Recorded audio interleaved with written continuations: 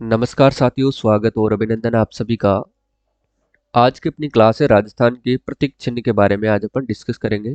और जितने भी मोस्ट इंपॉर्टेंट क्वेश्चंस है जो कि विगत परीक्षाओं में पूछे गए हैं और आरबीएससी प्लस एनसीईआरटी पर आधारित अपन इनकी व्याख्या सहित जो है चर्चा करेंगे।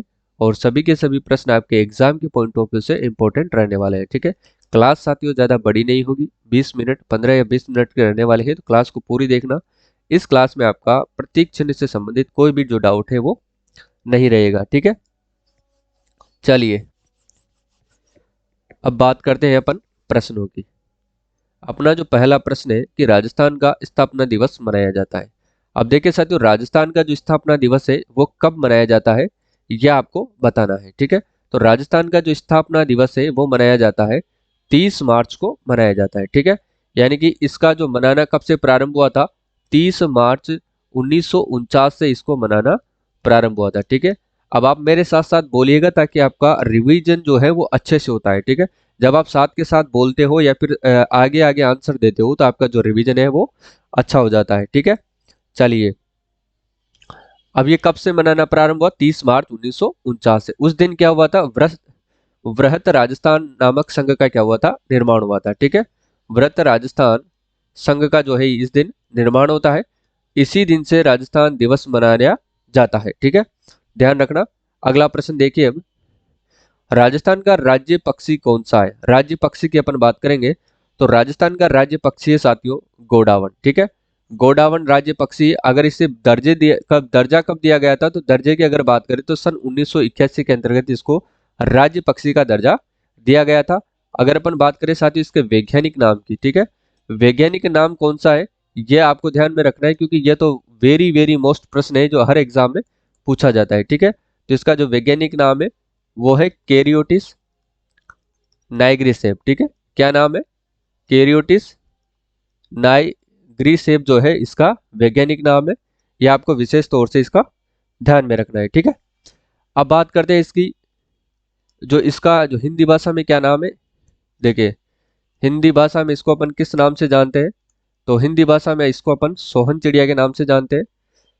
सोहन चिड़िया, ठीक है ना, सोहन चिड़िया। फिर या इसको बोलते हैं हुकना, या फिर इसको बोलते हैं गुदनमेर के नाम से इसे जाना जाता है। ठीक है, ये विशेष तौर से ध्यान में रखना है। मैं लिख करके आपको इसलिए व्याख्या करता हूं क्योंकि आपका जो कंसंट्रेशन पावर है वो यहाँ पर बोर्ड पर रहे। ठीक है, और आपका जो रिवीजन है याद करने में आपको आसानी रहे, क्योंकि जब आप लिखते हुए को देखते हो तो आपको अच्छे से याद रहता है। ठीक है, अब देखिए सामान्य भाषा में इसको क्या कहते हैं, सामान्य भाषा में अगर अपन बात करें इसके सामान्य भाषा में तो इसको माल मोरडी कहते हैं। ये ध्यान में रखना है क्योंकि कई बार इस प्रश्न को भी जो है वो पूछा गया है। तो ये ध्यान में रखना है कि सामान्य भाषा में इसको क्या कहते हैं, माल मोरडी के नाम से जाना जाता है। अगर अपन बात करें साथियों अंग्रेजी भाषा की, देखिए अंग्रेजी भाषा में इसको क्या कहते हैं, अंग्रेजी भाषा में इसको कहते हैं ग्रेट इंडियन बस्टर्ड। क्या कहते हैं, ग्रेट इंडियन बस्टर्ड इसको अंग्रेजी भाषा में कहा जाता है।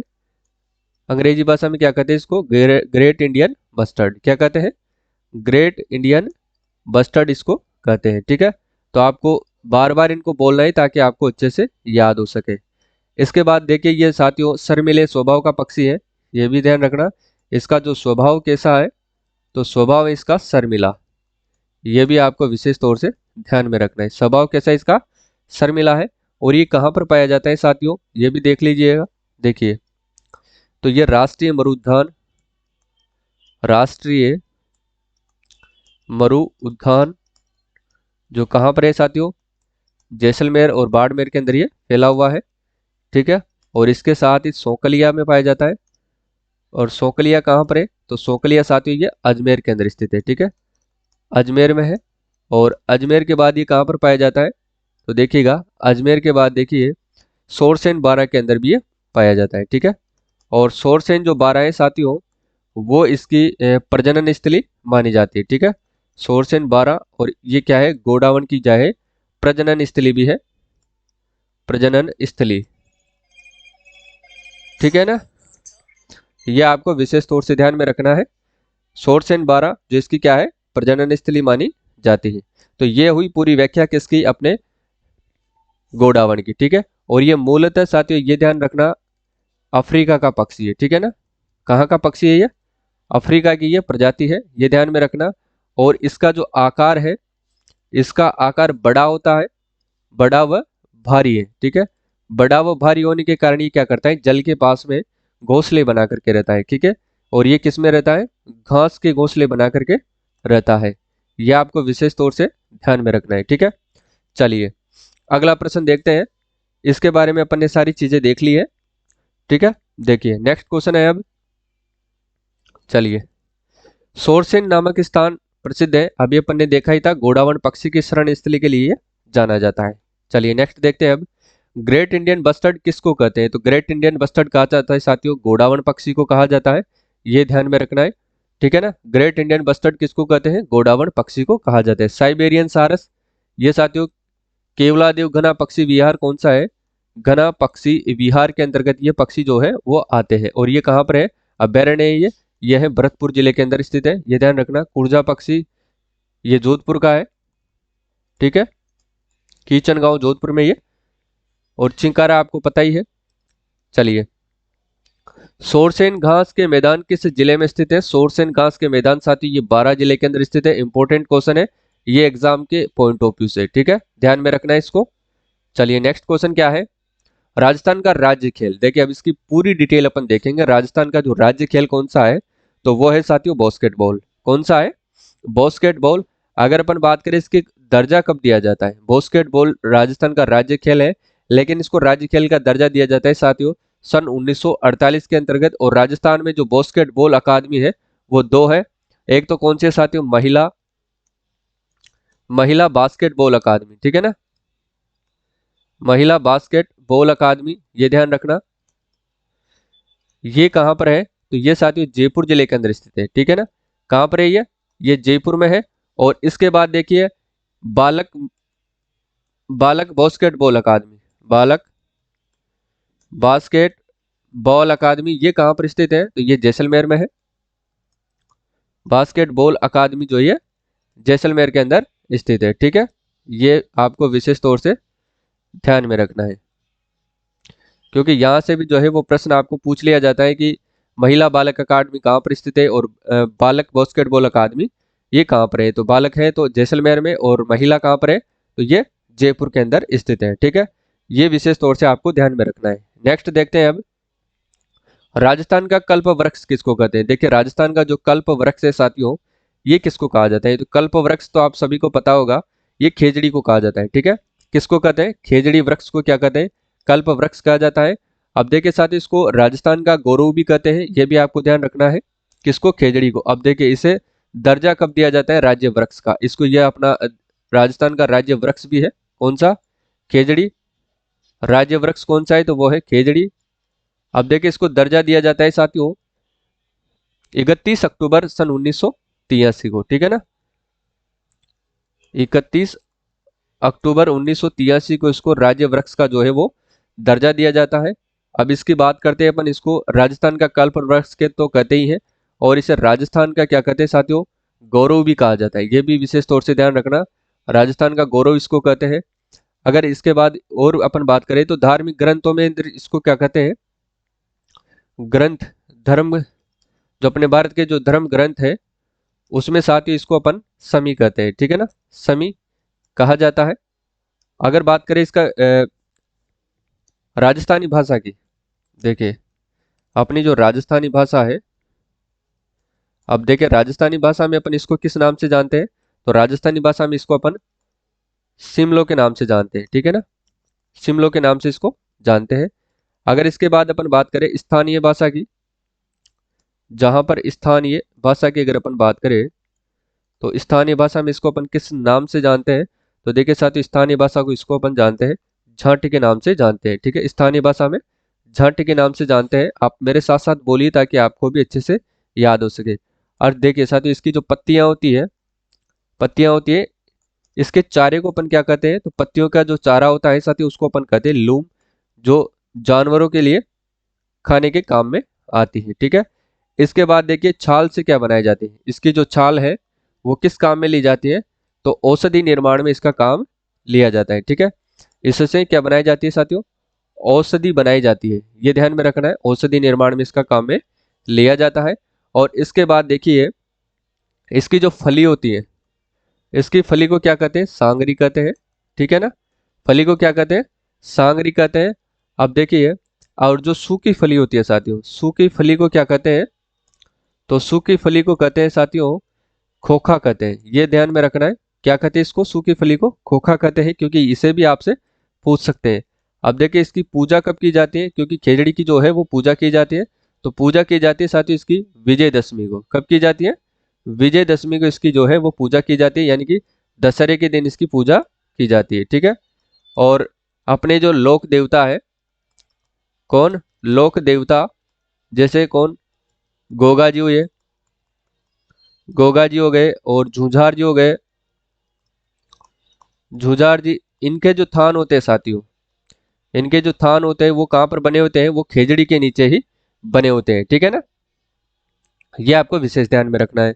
अब बात करते हैं इसके वैज्ञानिक नाम की। इसका जो वैज्ञानिक नाम वो क्या है, क्योंकि ये तो इंपॉर्टेंट है, यहाँ से तो जो प्रश्न है वो जरूर पूछा जाता है। तो खेजड़ी का जो वैज्ञानिक नाम है साथियों वो क्या रखा गया है, तो इसका वैज्ञानिक नाम है प्रोसोपिस सिनेरेरिया, प्रोसोपिस सिनेरेरिया, ठीक है ना, सिनेरेरिया, प्रोसोपिस सिनेरेरिया इसका वैज्ञानिक नाम है। यह आपको अच्छे तौर से ध्यान में रखना है। तो यह हुई बात किसकी, कल्प वृक्ष यानी कि खेजड़ी की। अब आगे देखिए, निम्न में से एक वृक्ष को राजस्थान के गौरव के नाम से जाना जाता है, तो वो है खेजड़ी, ठीक है ना, यह है वो वृक्ष।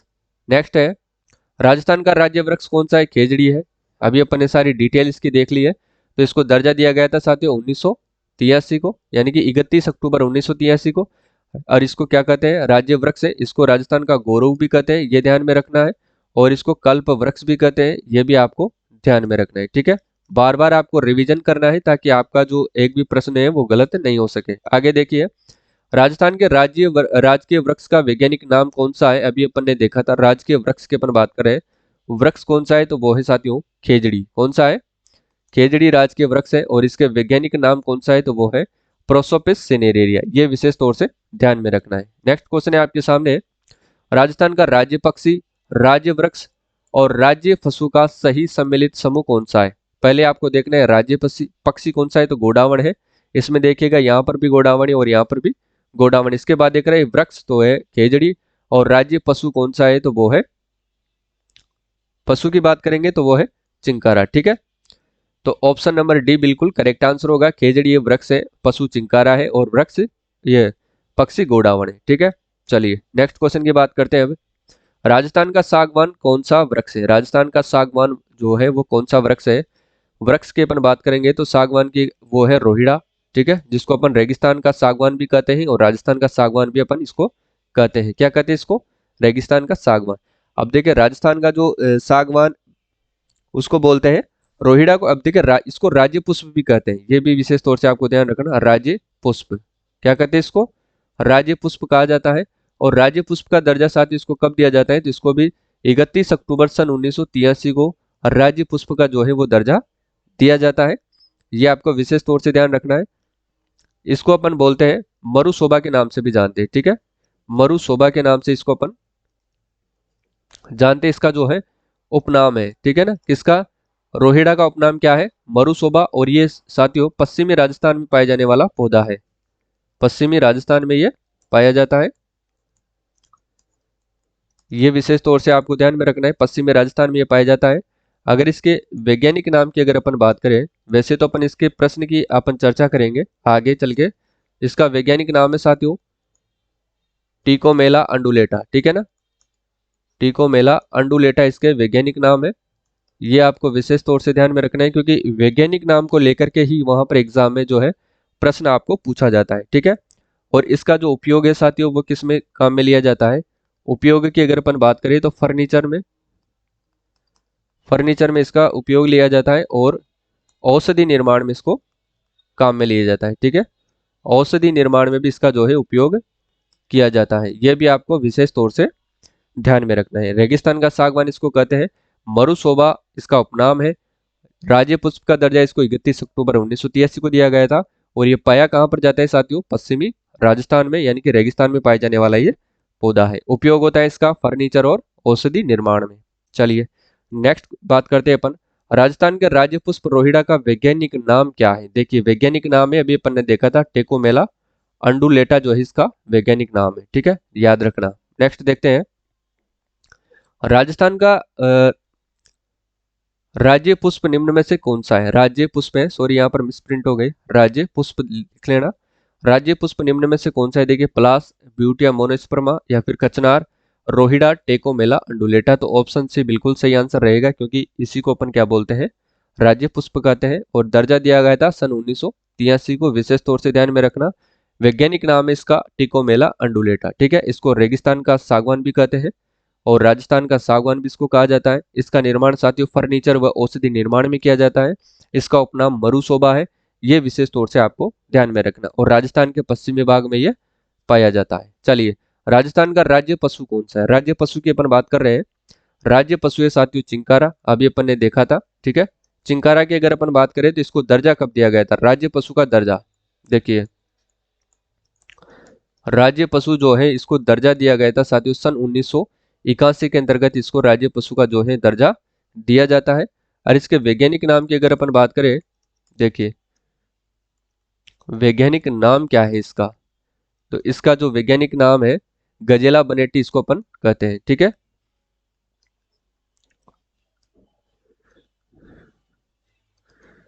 वैज्ञानिक नाम है साथियों इसका गजेला बनेटी इसको कहा जाता है, ठीक है। या फिर इसको गजेला गजेला भी कहते हैं, कंफ्यूज मत होना, कई कई आपको गजेला गजेला भी देखने को मिलता है, ठीक है ना। चलिए ये तो बात हुई किसकी? वैज्ञानिक नाम की। अब बात करते हैं इसके जो ये किस प्रकार की प्रजाति है। तो ये साथियों एंटीलोप प्रजाति है, ठीक है, एंटीलोप ये प्रजाति है। ये भी आपसे प्रश्न जो है एग्जाम में पूछ लिया जाता है, प्रजाति। चलिए ये ध्यान आपको रखना है। इसके रंग की अगर अपन बात करें तो ये बहुत ही सुंदर पशु है। इसका जो रंग है साथियों वो है हल्का भूरा। इसका रंग क्या है? हल्का भूरा, या फिर आप इसको अखरोटी रंग भी कह सकते हैं, ठीक है ना, क्योंकि अखरोट भी हल्का भूरा ही होता है। तो इसका अखरोटी रंग है, ठीक है। ये रही इसकी संपूर्ण डिटेल। तो इसको सही आंसर होगा आपका चिंकारा। इनके राज्य पशु कौन सा है? तो वो है चिंकारा। अब नेक्स्ट देखते हैं, देखिए मरुस्थल का जहाज कहलाते हैं। ये अपने राजस्थान का राज्य पशु है। इसको अपन पालतू पशु के रूप में जानते हैं, पालतू राज्य पशु के रूप में इसको अपन जानते हैं, ठीक है। तो वो है साथियों ऊंट। मरुस्थल का जहाज किसको कहते हैं? ऊंट को कहते हैं। इसका वैज्ञानिक नाम आपको पता होगा, वैज्ञानिक नाम क्या है इसका? देखिए वैज्ञानिक नाम की अगर अपन बात करें, वैज्ञानिक नाम इसका कैमेलस ड्रोमेडेरियस, ठीक है ना, ड्रोमेडोरियस ड्रोमेडेरियस जो है इसका वैज्ञानिक नाम है। क्योंकि इसका जो वैज्ञानिक नाम है वो एग्जाम में बहुत बार पूछा गया है और आगे भी पूछा जाएगा। तो वैज्ञानिक नाम को आपको अच्छे से ध्यान में रखना है, ठीक है ना। इसको रेगिस्तान का जहाज भी कहते हैं। रेगिस्तान का जहाज बोलो या फिर मरुस्थल का जहाज बोलो, बात एक ही है, मरुस्थल का जहाज है। इसके बाद देखिए साथियों जो ऊंट पालक जाति होती है वो कौन सी होती है? ऊंट पालक जाति की अगर अपन बात करें, ऊंट पालक जाति, तो वो है साथियों रेबारी। ऊंट पालक जाति कौन सी है? तो वो है साथियों रेबारी, जिसको अपन राइका भी कहते हैं, ठीक है ना। ऊंटों के देवता कौन है साथियों बताइए? ऊंट के देवता है पाबूजी। ये तो हर एग्जाम में प्रश्न पूछा जाता है कि ऊंटों के देवता पाबूजी है, ठीक है। जब ऊंट बीमार हो जाते हैं तो किसकी फट सुनाई जाती है? पाबूजी की फट है वो बाची जाती है, ठीक है। और इसका जो बच्चा होता है साथियों, ऊंट का जो नवजात शिशु होता है, नवजात शिशु होता है या फिर बच्चा होता है, नवजात जो बच्चा है वो क्या कहलाता है? तो वो साथियों उसे अपन कहते हैं टोरडी के नाम से जानते हैं, ठीक है। तो ये आपको विशेष तौर से ध्यान में रखना है। और आज की क्लास बस इतनी ही थी। जो राजस्थान प्रतीक से संबंधित जितने भी इंपॉर्टेंट क्वेश्चन यहाँ से बन सकते हैं वो सभी मैं आपको बता दिया हूँ, ठीक है। तो यहाँ से आपका जो प्रतीक चिन्ह को लेकर के एक भी प्रश्न जो है बाहर नहीं जाएगा। और ऐसी ही साथियों अपन शॉर्ट जो क्लास है वो डेली मैं आपके लिए लेकर के आता रहूंगा। तो चैनल को सब्सक्राइब करना, लाइक करना, अपने दोस्तों के साथ शेयर जरूर करना ताकि उनको भी फायदा मिल सके। तो आज के लिए बस इतना ही, मिलते हैं कल इसी टाइम, ठीक है। और डेली एक बात और है, डेली आपको 6 बजे राजस्थान करंट अफेयर्स की क्लास आपको मिलती है शाम को, तो उसको आप ज्वाइन करना जरूर, क्योंकि करंट अफेयर्स के जो प्रश्न है वो राजस्थान के एग्जाम में बहुत ज़्यादा पूछे जा रहे हैं। तो करंट अफेयर्स आपका अच्छे से तैयार होना चाहिए। 20 से 25 प्रश्न जो है वो करंट अफेयर्स के पूछे जाते हैं। तो आज के लिए बस इतना ही, मिलते हैं कल की क्लास में, तब तक के लिए जय हिंद जय भारत।